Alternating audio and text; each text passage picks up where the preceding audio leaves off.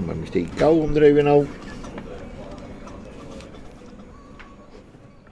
Daar gaat er dan, de eerste Hollandse nieuwe. Voor de ene delicatesse, de oor maakt er neer van ha.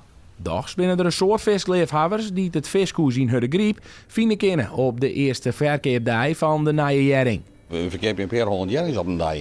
Zo de eerste dag even. En dan, naarmate er dus meer bekendheid komt, ja, dan wordt het alleen maar drukker. Dus in het weekend hebben we zo'n klein beetje. Het is de vraag wat de smaak van de nieuwe jaring brengt. Het is altijd wel even afwachten hoe het variër is. Als het kort variër, dan in de jaring is echt volle hudder. Maar gewoon een hartstikke mooi variër gewoon.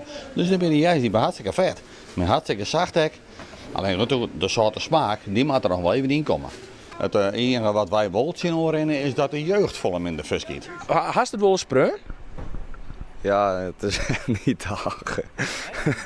Jonge Rijn en Hollandse Nieuwe liek je dus nog net een topmatch. Wiel ze wel rauwe vis in sushi of pokeballs opeten. Voor de meesten geniet ze juist volop van de nieuwe jaring. Hoe smaakt het er? Heerlijk, lekker mild. Mild. Mild, ja, ik vind hem heerlijk mild. Wat is de smaak? Als boter.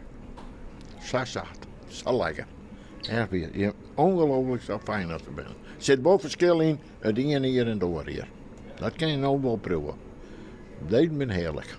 Geweldig, lekker. Ja, valt me wel. Ik ben net zo'n viskiezer als je dat, maar ik ken er wel niet, best genoeg. Ja.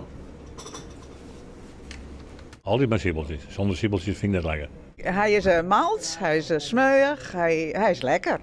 Voor wat nieuwsgierig worden is naar de Hollandse Nieuwe, leert mij werken Vincent even zien hoe het jum op te matten. Ik vind hem zo, zonder uitjes, zonder augurk, zonder iets erbij, vind ik hem het lekkers. Zoals je hoort, zeggen we altijd. De meeste mensen doen hem ook nog wel in stukjes. Ik doe hem ook aan de staart. Dus nou, ik ga hem even proeven.